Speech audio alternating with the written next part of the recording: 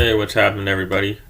So today I'm going to do a video on 808's on Bandpass. I'm going to kind of show you a few ways to make your 808 sound better and maybe make them slide a little bit, how to make them hit harder, a few little tricks you can do just to get better 808's on Bandpass. So let's get into it. I have a loop here with 4 different 808's just to show a few different examples. These are all stock 808's from Bandpass, and there's no effects on any of them right now. They're just all normal, how they would normally be. So first thing I wanted to talk about was, let's say you want to make you want to make your 808 slide, but also kind of still hit hard, but kind of slide. With this, so I have a little, I guess you call it like a melody, an 808 melody. A pattern. I have an 808 pattern, basically. That's a better word for it. And you see, so like these 2 notes right here, I have them touching, and then down here they're not touching. They're touching here. They're not really touching here.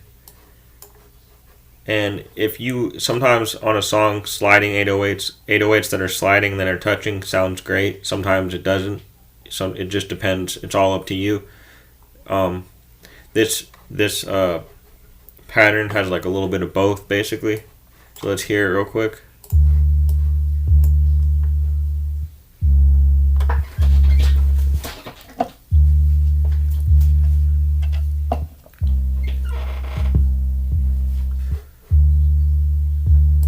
So it slides right here, they're touching right here, they're not touching here. So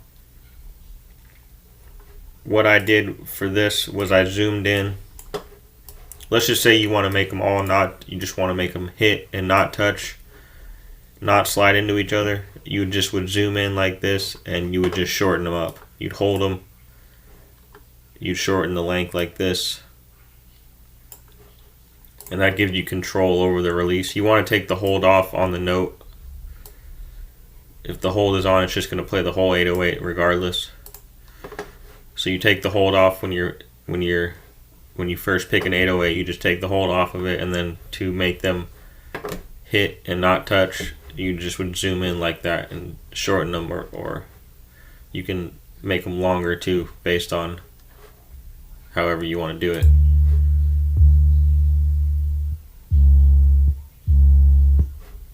So that kind of gives it a different tone, different feel. So that's one way you can make your 808 slide but also hit. If you want them touching, like if you want just like a purely like long release 808 pattern, you would just basically have them touching just like these are. Maybe put the hold on. But anyways, I want to talk more about like just patterns and how to make them hit and slide and stuff like that. So to really make them slide, you want to turn all your release down, and one way you can do that is you go to your envelope folder, and you see here I have my release, my decay, turned all these knobs all the way down, and you can see it basically looks like an L right here. Like it just goes, here's the 808, and then it just goes, just cuts off. You don't have to do this. It really just depends on how your 808 sound on whatever program you're using. You don't have to do the envelope folder, because you can reduce the release in many different ways in your FX folder. But for this particular 808, it's called 808 DOB. I turned this on, so you'd go to your ENV, you'd enable it, and then so I just turned, and then you can mess around with the slope of it however you want to. I have the tack up a tiny bit, but I basically, so here's the release. I turn that all the way down.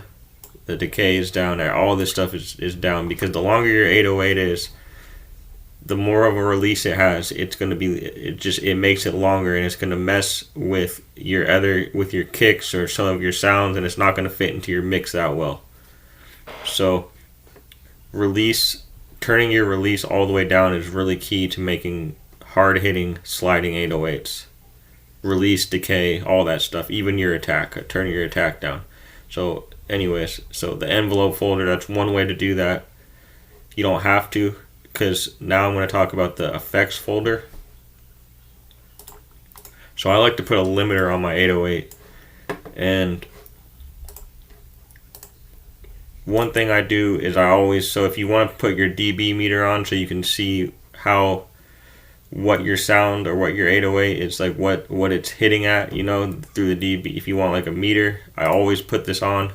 You would go to your wrench bar, go to settings, and then on the right side right here, dB meter. So I turn that on. Whoops. Okay, so it's showing me my threshold. And then you know, and so when this is on, it's a lot easier to see what you have, like what you have going on. So I just leave this baby on. And so the next thing I want to talk about is your effects. So you can go into your effects, there's all these plugins here. And I put a limiter on my 808 because although this 808 sounds pretty smooth, it sounds pretty good, because I turned the release down and all that earlier, it's still a little bit too, it's kind of taking up too much. I can tell it's a little too loud, a little too powerful for my song. Even without any melody going, I can already tell. So here's your limiter. Let's put the limiter on and hear what it sounds like.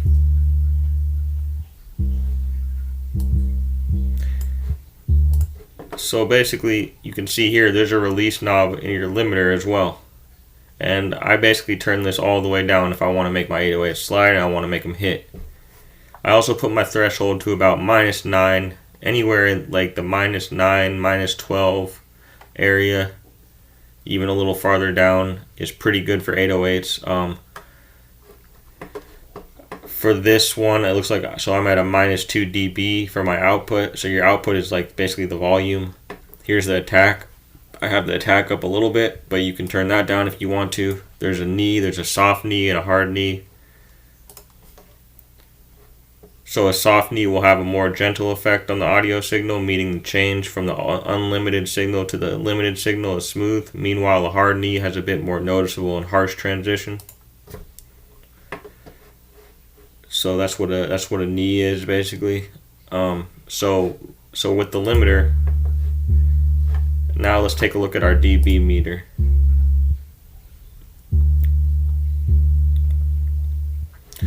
So you can see it's really just hovering right at 8, you know, even though it's changing notes, it's going through the pattern, and it's really just peaking right now at this 8. Like the lines aren't like up here on one time and then down here on another. It's like it's much more steady with the limiter. It's hanging in this -8 dB range, and that's exactly what I want.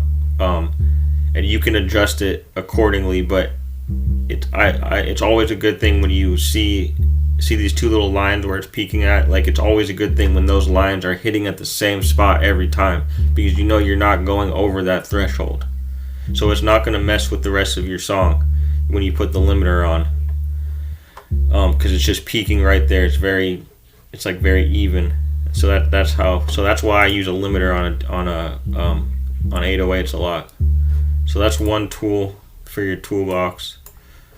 Sometimes you can put compression on your 808s. It just depends. There's a regular compressor right here, or not a compressor. Yeah, compression. You can do compression. Sorry, I'm mixed up. There's a multi-band compression right here, which is a lot more detailed. Another thing you can do with your 808s, though, to kind of make them sound cooler, a lot of modern 808s use distortion, so that's another thing. So let's mess around with the distortion a little bit. So here's the distortion.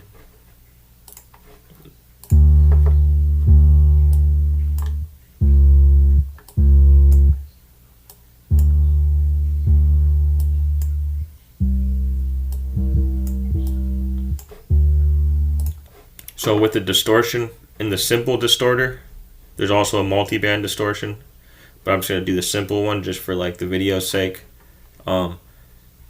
There is 4 different types of distortion. There's factored, there's normal, there's fold back, and then there's hard clip. And hard clip is basically it just clips it at a certain level. The factored kind of gives it a more metallic kind of thin sound. And you can kind of go crazy with this, or you could not go, you could turn it down a little bit so it's not so metallic. But factored is kind of fun to mess around with. Get some good tones out of that, make some good tones for a good 808 pattern. There's a gain button, which kind of just how much it gains in sound, and you can pull it up. There's also another threshold.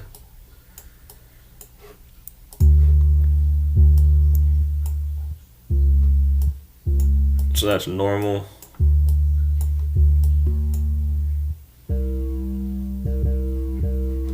Yeah, and fold back really gives it a kind of a weird tone.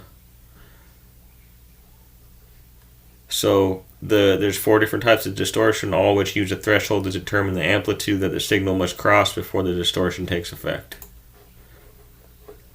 So this is your threshold is like what amplitude does your 808s have to cross in order for the distortion to start working, basically.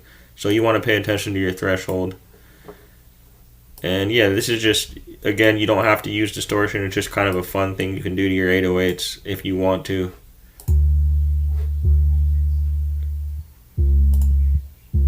Kind of shape them and make them sound good. Doesn't really sound much different on the 808 that I have going here. But yeah, I'd say the main thing is for hard hitting sliding 808s.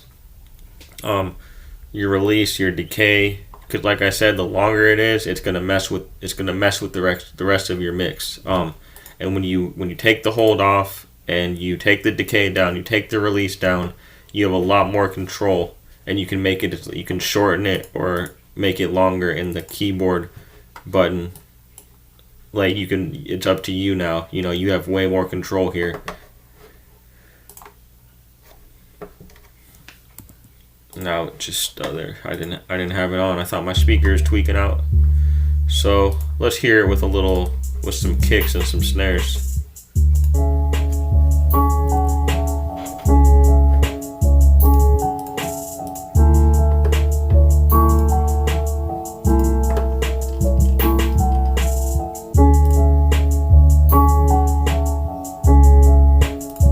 So you see when I take the limiter off, the release is a lot more, and it's really messing with that piano that I have going. So that's why I love putting limiters on my 808s to make it fit into my mix better.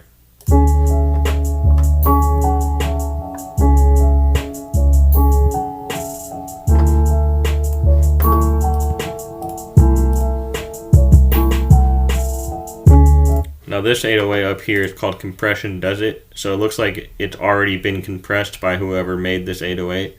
But this is stock in Bandpass, and this one is definitely hitting a little harder. It's the exact same 808 pattern that I have down here, just a different 808. It's basically the exact same. It's shorter here and then long. It slides here, but it's the same pattern. So let's hear this one. Let's put the limiter on it.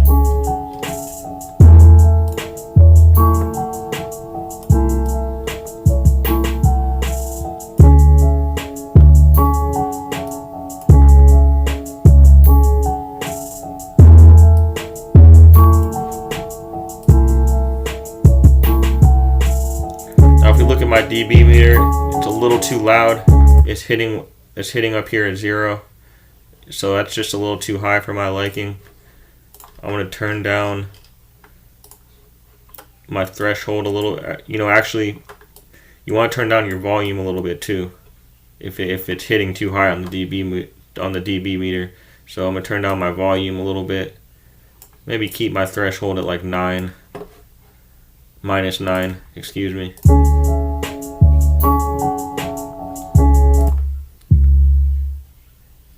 Now if we play it just by itself, it's hitting right in this -8 range, and it's really not jumping. It's not jumping all over the place. It's even. Both sides are even. these two little lines right here, they're both peaking at the same point and they're not going above or too far below. So that's how I want it. I know it's fitting into my mix better. Even though it might not be exactly how I want it, I can tweak it later, but it's fitting into my mix a lot better. So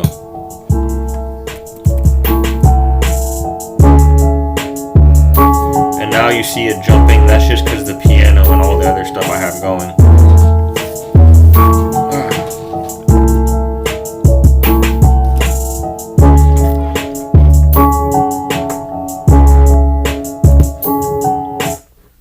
So yeah, man, 808's kind of hard to explain. I won't lie. That was kind of tricky. I know I was kind of all over the place, but I think the main key things are the release, the decay. If you want your 808's to slide and to hit, release, decay, pay attention, put your threshold, put your limiter on there, adjust it accordingly to your song, and also just picking the right 808 and stuff like that. Messing with the tone of it, make sure you're in the right key. The F key is like a no-no for 808s. You really don't want to go like below G with 808s. It's just doesn't sound good. I'll play an F 808 real quick. You can, but it's just kind of a rule of thumb. You really don't want to go too much farther below F. And it's okay to like go up and down with different notes and make a pattern. But so I think that's all I got for today. I don't want to like start confusing people even more. But hopefully you guys enjoyed the video and hit that like and subscribe button for me, and I'll have some more stuff coming soon.